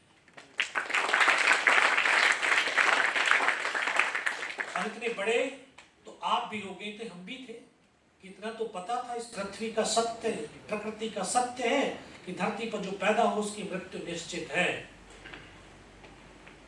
लेकिन वो बुज़दिल और कायरों की तरह मरना नहीं है, बुज़दिल और कायरों की तरह, क्योंकि हमने, इस भारत माँ ने और हमारी माओ ने हमें बुज़दिल और कायर पैदा नहीं किया, हमें तो सिंगनिया और शेर पैदा किया है। अगर हम सिंगनिया और शेर हैं तो मुसीबतों से डर करके नहीं, बल्कि मुसीबतों से लड़ करके और उनको मार करके मरना है, ऐसे नहीं मरना। हमने सोचा लड़ेंगे, मरेंगे और मार करके मरेंगे। ऐसे 3 तरफ से घिरे हुए थे, 3 तरफ से, चारों तरफ से गोलियों की बौछारें। और ये हिंदुस्तान के बेटे निडरता के साथ उनका साथ मुकाबला करते रहे। 5 घंटे हो गए लड़ते लड़ते। 5 घंटे के बाद जो दृश्य मैंने देखे, शायद आज तक अपने फिल्मों के अंदर देखे होगा कि गर्दन कटती है और धड़ चलते हैं। मैंने उन पलों को जिया है और देखा है। मुझे वो पल आज भी याद है, जब मैं सर से लेकर के पैर तक लहूलुहान था और मेरा साथी मुझे फर्स्ट एड करने के लिए अपनी फील्ड पट्टी की पॉलिथीन फाड़ने के लिए उसका हाथ यहां तक जाता है, उसको यहां गोली लगती है, जैसे उसका हाथ पकड़ा, सर क्या हुआ, एक शब्द तक नहीं बोला। ऐसे मेरी बगल में बैठा मेरा ट्रेनिंग का साथी था, ग्रेनेडियर अनंतराम, रूममेट थे हम दोनों। मैं बोला, अनंतराम सर को तो गोली लगी। क्या? ये उसका आखिरी शब्द था। उसको सीने में गोलियां लगती हैं, फेफड़ों से खून की फुहारें छूटती मेरी गोद मार कर कैसे गिर गई। एक और साथी आगे बढ़ा, बम वहां पर गिरता है, उसकी यहां से गर्दन कट करके जमीन पर गिर जाती है। खून की चारों तरफ बौछारें होती हुई, धड़ बिना सर के 2 कदम चलता है, गिर जाता है।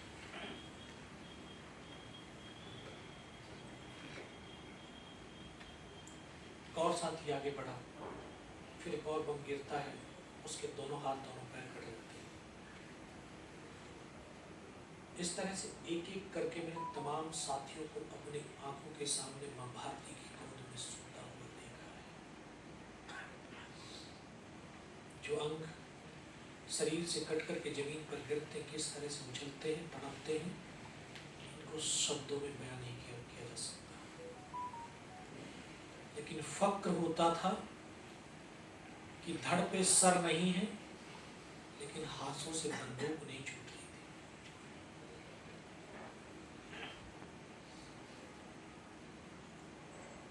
वो एक अस्मरणीय पल थे।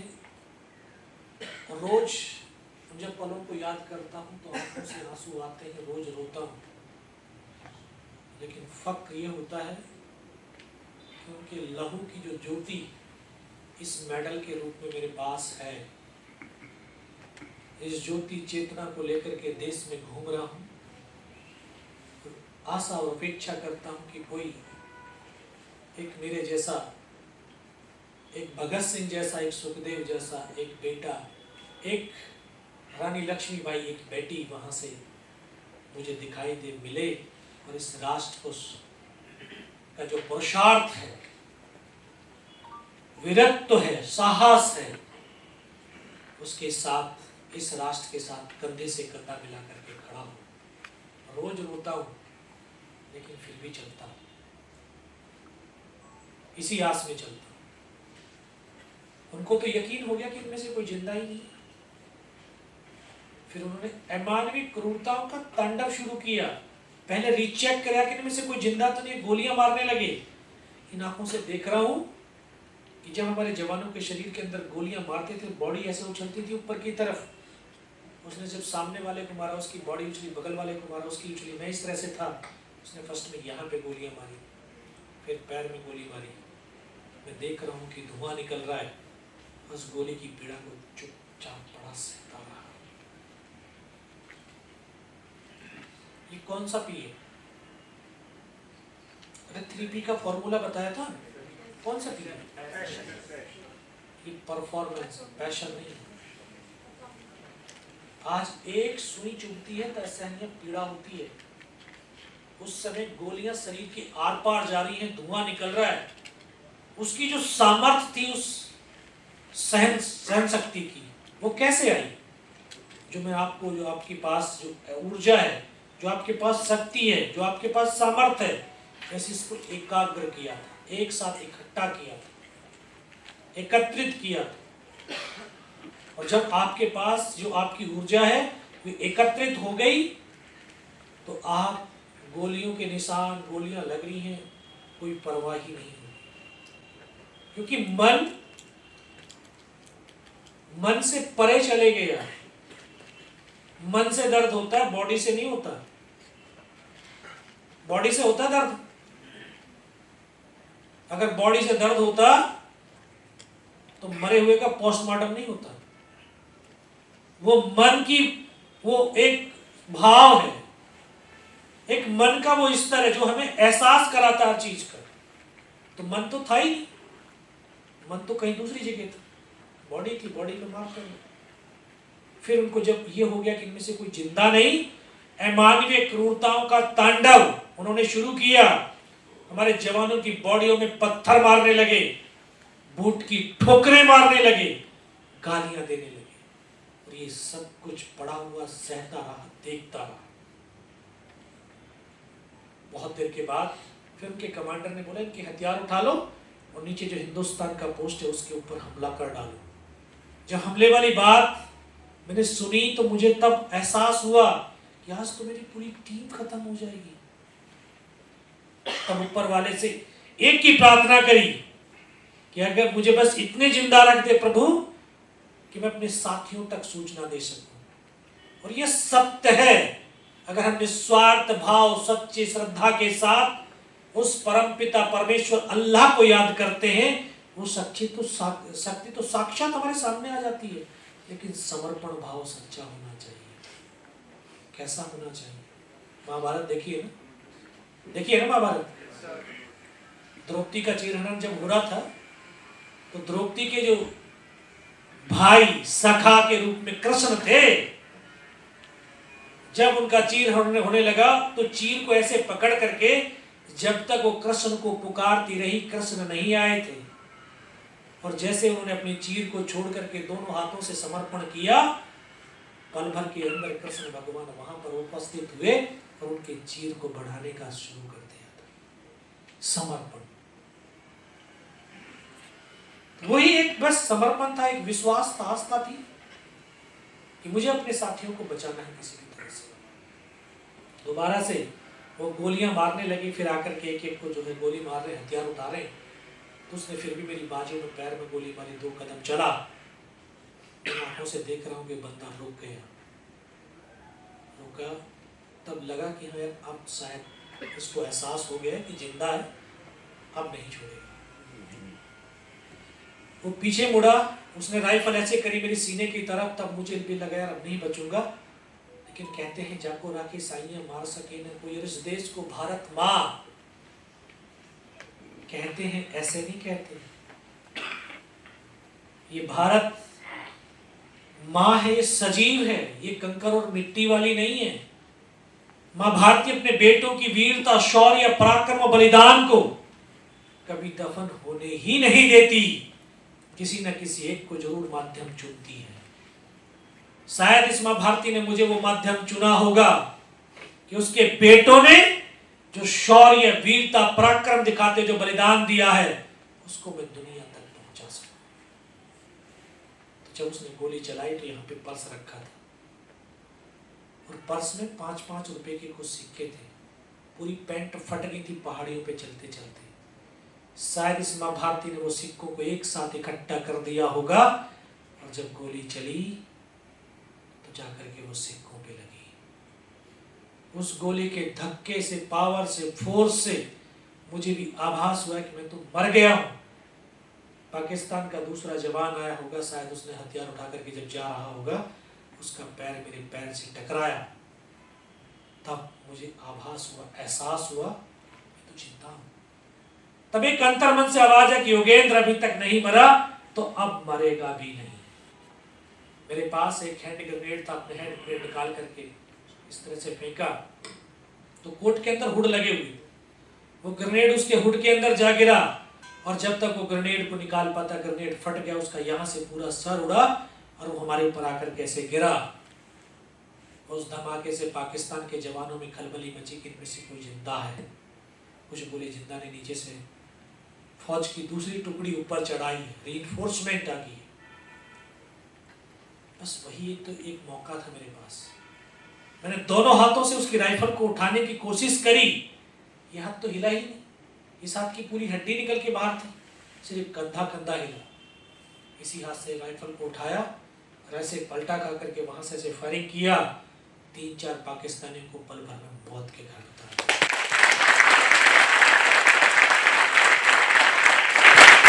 इसी हाथ से पलटा खाया, दूसरे पत्थर से, तीसरे पत्थर से, 3-4 जगह से जब फायरिंग किया तो उनको आभास हो गया, एहसास हो गया कि हाँ अकेला नहीं है, दूसरी टीम ऊपर चढ़ाई है। बस उनके पैर उखड़ गए, हौसले पस्त हो गए, और वहां से वो भाग खड़े हुए। चलने के लिए बेबस और लाचार था, क्योंकि चल नहीं सकता था। इस पैर की पूरी मसल्स निकल के बाहर थी और इस हाथ की पूरी हड्डी निकल के बाहर थी, लेकिन फिर भी हताश और निराश नहीं हुआ। बेबस और लाचारी जरूर थी। फिर ऐसे रेंगता हुआ, खिसकता हुआ 4-5 मीटर तक फायर करता उनके पीछे गया। तो 4-5 मीटर जाने के बाद देखता हूं सामने तो उनका लंगर चल रहा है, उनके लिविंग टेंट लगे हुए, उनके वेपन के डिप्लॉयमेंट। उस समय सब कुछ छोड़ करके भागते हुए चले जा रहे थे। ये दिन का 1:30-2 बज रहा था। सब कुछ पड़ा हुआ वहां से देखता रहा, बहुत देर पड़ा। फिर मन के अंदर फिर वो थॉट, वो पागलपन छाया, योगेंद्र तुझे तो अपने साथियों को बचाना है। फिर धीरे धीरे खिसकता रेंगता वहां से चलना शुरू किया। तो जहां मेरे शहीद हो रखे थे साथी, वहां तक मैं पहुंचा। तो मन में आया कि यार देख, इनमें से कोई जिंदा तो नहीं है। आकर के एक एक को देखने लगा तो किसी का ये पूरा सर निकला हुआ बाहर था, किसी की पूरी फेफड़े निकले हुए बाहर थे। एक एक को गोद में रख करके रोता रहा। ऐसे डेड बॉडियां पड़ी हुई, वो भी छत विछत अवस्था में पड़ी हुई। और ये 19 साल का लड़का, जिसकी सिर्फ 2.5 साल की सर्विस, न तो उम्र का तजुर्बा न सर्विस का कोई एक्सपीरियंस था। ये भी पता नहीं कि इस पहाड़ी से किस तरफ हिंदुस्तान है, कहां पाकिस्तान है, मुझे कहां जाना है। बहुत देर एक एक को देख करके रोता रहा। कभी जीवन में रोए हैं? रोने के बाद क्या फील होता है? अगर रोए हैं तो बताइए क्या? हल्कापन फील होता है, क्योंकि जब हम रोते हैं, तीन थेरेपी है, वो कला है जिससे हम अपने आप से कनेक्ट होते हैं। और मैं आपको शुरुआत में बोला कि हम बॉडी नहीं है। पहला रोना, हंसना और नाचना। जब हम मन से, भाव से रोते हैं, अपने आप से कनेक्ट होते हैं। जब अपने आप से कनेक्ट होते हैं तो बहुत हल्कापन फील होता है, क्योंकि बाहर की दुनिया से डिस्कनेक्ट हो जाते हैं। और आज हम भारीपन फील क्यों करते हैं? क्योंकि बाहर की दुनिया से कनेक्टेड है, अपने आप से डिस्कनेक्टेड है। तो मैं रोया, और रोते रोते अपने आप से शायद मैं जुड़ा हूंगा। और जब मैं अपने आप से कनेक्ट हुआ तो मैं अपने परमात्मा से कनेक्ट हुआ। और जब परमात्मा से कनेक्ट हुआ तो उस बंसी वाले से कनेक्ट हुआ, और तुरंत आवाज आई, योगेन बेटे नीचे तरफ, इस नाले से नीचे की तरफ चला जाए। लेकिन जो हमारा मन है ये बड़ा विस्मित करता है, भ्रमित करता है, पूरी चेतना को इस दर्द पर ले आया और वो आवाज को इग्नोर करा दिया। असहनीय पीड़ा का एहसास करा रहा है। फिर मन में वही भाव, इसको चल बांधने लगा, बंध नहीं पा रहा है। फिर लगा कट गया, तोड़ करके फेंक। ऐसे पकड़ करके झटका मारा, तोड़ने की कोशिश करी, टूटा नहीं। फिर इसको उठाया, पीछे कमर पे फेंका, बेल्ट में फंसाया। और मेरे नौजवान साथियों, अगर आप एक बार परमात्मा से कनेक्ट होगे ना, परमात्मा आपको डिस्कनेक्ट नहीं होने देगा। उसको भी आभास हुआ कि हाँ ये कहीं इग्नोर हो रहा है, भ्रमित हो रहा है। तभी दोबारा से आवाज दी, योगेन बेटे इस नाले से नीचे की तरफ चला जा। फिर तो विश्वास हो गया। इस पहाड़ी पर 500 मीटर लुढ़कता हुआ नीचे है, 500 मीटर। और नीचे आने के बाद अपने साथियों को इन्फॉर्म किया। फिर अगले दिन हमारी टीम ने दोबारा से हमला किया, और इसी इंफॉर्मेशन के आधार के ऊपर इस टाइगर हिल टॉप के ऊपर विजय पताका फहरा दिया। टाइगर हिल की जीत के बाद कारगिल युद्ध का यूटर्न हो गया, सीज फायर हो गया। और आज हम 26 जुलाई को कारगिल विजय दिवस के रूप में मनाते हैं। मैं भी यहाँ पे दिल्ली बेस हॉस्पिटल आ गया, 16 महीने हॉस्पिटल में रहा। और 16 महीने हॉस्पिटल में रहने के बाद फिर वापस भारतीय सेना में गया। 25 साल भारतीय सेना की सेवा की, और 31 दिसंबर 2021 को सेवानिवृत्त हुआ हूं। अपने कर्तव्य और दायित्वों से निवृत्त नहीं हुआ।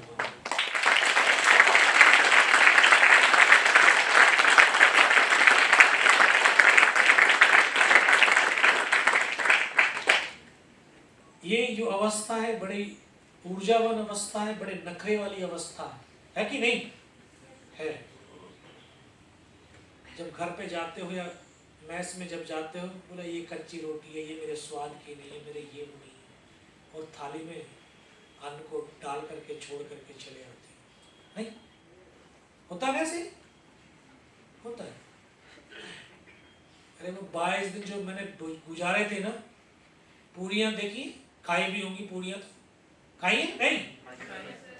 जो गरम पूड़ी को अगर जूट के बोरे में भरते हैं तो पापड़ियां जूट के बोरे में चिपक जाती हैं। जब रात को वापस आते थे, जूट के बोरे खाली होते थे, उन पापड़ियों को झाड़ करके चाय में डाल करके पीते थे। तुम जब उस थाली के अंदर अपने भाव, स्वभाव और स्वाद के अनुरूप उसको बेकार बता देते हो, तो उसका अन्न का अपमान नहीं, इस भारत माँ का अपमान हो रहा है।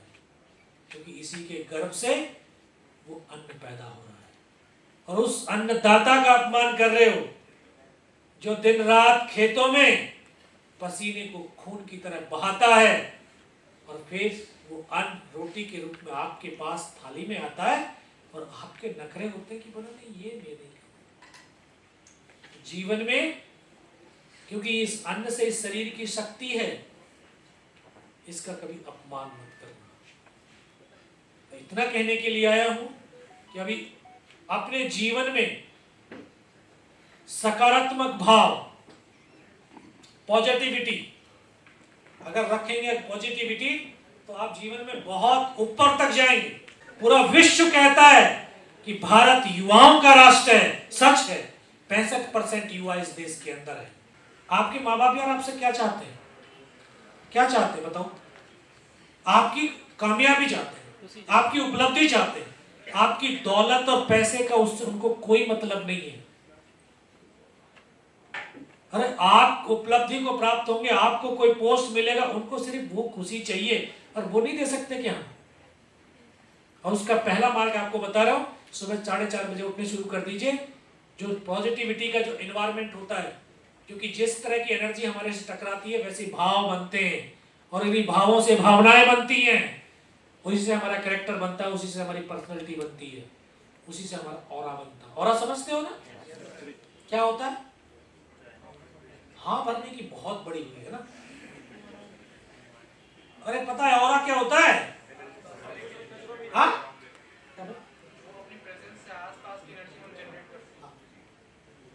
जो भगवान की तस्वीर है सबके घर में देखी होगा, उनके सर के पीछे एक बड़ा चक्कर सा घूमता रहता है, उजाले का घूमता है ना, देखा तुमने? वो है हमारा ऑरा, वो शक्ति है, पावर। और जिस दिन आप अपने शरीर के मस्तिष्क के अंदर पॉजिटिव एनर्जियों का एक खजाना संग्रह करना शुरू करोगे, उस दिन आपका ऑरा बढ़ने लगेगा। और ऑरा कितना प्रभावशाली होता है, ये जब शास्त्र पढ़ोगे, आपने जो ना इतिहास पढ़ोगे तो आपको पता चलेगा। 100 किलोमीटर तक आप अपनी शक्तियों से लोगों को प्रभावित कर सकते हैं, इतना बड़ा प्रभावी शक्ति। 100 जन्म हमने कोई पुण्य कर्म किए होंगे, तब जाकर के ये धरती का गर्भ हमें मिला, क्योंकि ये धरती जप की, तप की, ज्ञान की, विज्ञान की, पुरुषार्थ की, परमार्थ की, वीरों की, वीरांगनाओं की धरती है।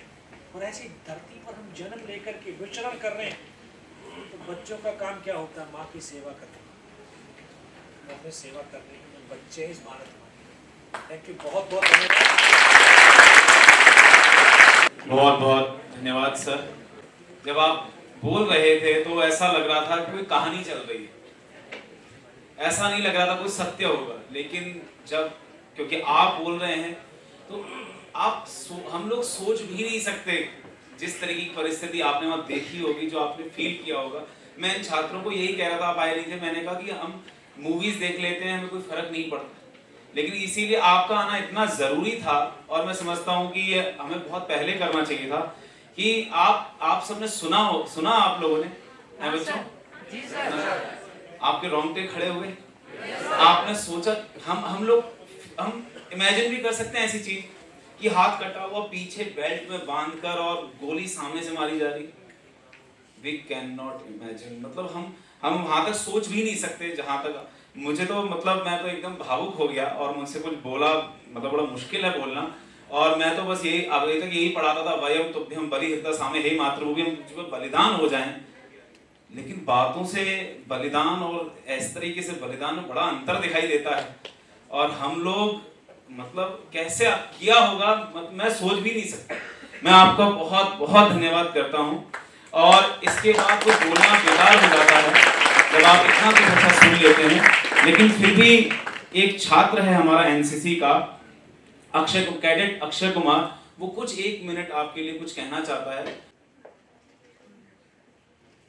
जय हिंद सर, एंड जय हिंद टू एवरीवन। सर मैंने आपके लिए 2 लाइनें लिखी हैं और हमारे ऐसे नौजवान साथियों के लिए लिखी है कि वीरों के वीर होते हैं ऐसे सुपुत्र जो अपनी देश की धरती के लिए सीने पर गोलियां खाते हैं।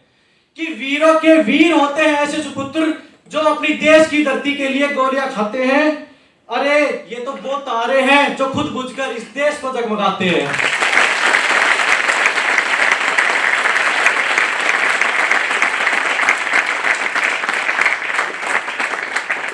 थैंक यू सर, आज आप यहाँ पर आए, और thank you to Rama ma'am जिन्होंने हमें यह अवसर दिया आपसे मिलने का। आपकी जो स्पीच थी सर उसने इतनी जान डाल दी। I will ensure that one day I will definitely to become an officer and have a cup of tea with you sir. Thank you sir. बहुत बढ़िया सर, आपका आना यहाँ सफल हुआ। कोई एक भी अगर जगमगा जाए तो लाखों को रोशनी देता है। तो मुझे लगता है कई तारे यहाँ जगमगाएंगे जो करोड़ों को रोशनी देंगे। आज के अतिथियों के धन्यवाद के लिए मैं आदरणीय विष्णु शंकर जी को आमंत्रित करता हूँ। बोलने के लिए सांसों को थामना पड़ रहा है, क्योंकि आपको सुनने के बाद जो है कुछ देर के लिए खो जाते हैं। मैं सबसे पहले हमारे आदरणीय डीन साहब का धन्यवाद देना चाहूँगा। उन्होंने समय निकाला, बहुत व्यस्त समय में परमवीर चक्र विजेता हमारे मध्य हैं और हम सबको प्रेरित कर रहे हैं कि देश के लिए कैसे अपने बेस्ट को दे सकते हैं। और एक कहावत है, action speaks louder than words. तो जो व्यक्ति उस जीवन को जिया है हमारे लिए वो आदर्श है। हमारे मध्य में पूरा जीवन लगाने वाले आदरणीय गुणवंत जी भाई साहब उपस्थित हैं। IMCTF परिवार के IMCTF दिल्ली के संयोजक अनुपम जी भाई साहब यहाँ पर हैं। माननीय विभाग संचालक जी आदरणीय अरुण जी यहाँ पर हैं। प्रदीप जी भाई साहब जो हरियाणा प्रांत का कार्य देखते हैं, सचिव की जिम्मेवारी है। और हमारे मध्य में लक्ष्य जी, सुशील जी और बहुत सारे लोग हैं। मैं धन्यवाद क्या दूं मुझे समझ में नहीं आ रहा। बस इतना ज़रूर कहूँगा कि आज के कार्यक्रम के बाद आपको ये लगा होगा कि IMCTF जो है कुछ ऐसा काम कर रहा है जो लोगों के मन में कुछ सकारात्मक भाव लाने के लिए प्रयासरत है। तो इस महाविद्यालय में हमारे गुरुदत्त जी इस कार्य को देख रहे हैं, राम जी देख रहे हैं, भरत जी देख रहे हैं। मेरा मानना है हम सभी इस IMCTF परिवार से जुड़े। और एक पुस्तक जो है ये परमवीर चक्र विजेताओं की मैंने डिस्ट्रीब्यूशन के लिए रखी हुई है। आप सभी को अपने सभी परमवीर चक्र विजेता जो 21 है उनके विषय में जानना चाहिए। और सभी के लिए अभी जलपान की व्यवस्था है, लेकिन उससे पहले राष्ट्रगान करेंगे। राष्ट्रगान के बाद में परमवीर चक्र विजेताओं के यहाँ पर चित्र हैं, उनको नमन करेंगे। और हमारा एक ये है कि हम चाहते हैं पहले एक ग्रुप फोटोग्राफ हमारे जो प्रबंधक हैं IMCTF परिवार के, कॉलेज के, उनकी हो जाए। और उसके बाद मुझे लगता है सभी विद्यार्थी भी चाहते होंगे कि उनका एक परमवीर चक्र विजेता के साथ में ग्रुप फोटोग्राफ हो जाए। तो थोड़ा सा अनुशासन के साथ ही उसको हम लोग कैसे करेंगे ये आप लोगों को देखना है। सभी का बहुत बहुत आभार। और हम देश के लिए कुछ करें, जहाँ भी जिस रोल में भी हो उसको हम एग्जीक्यूट करें अच्छे से। धन्यवाद।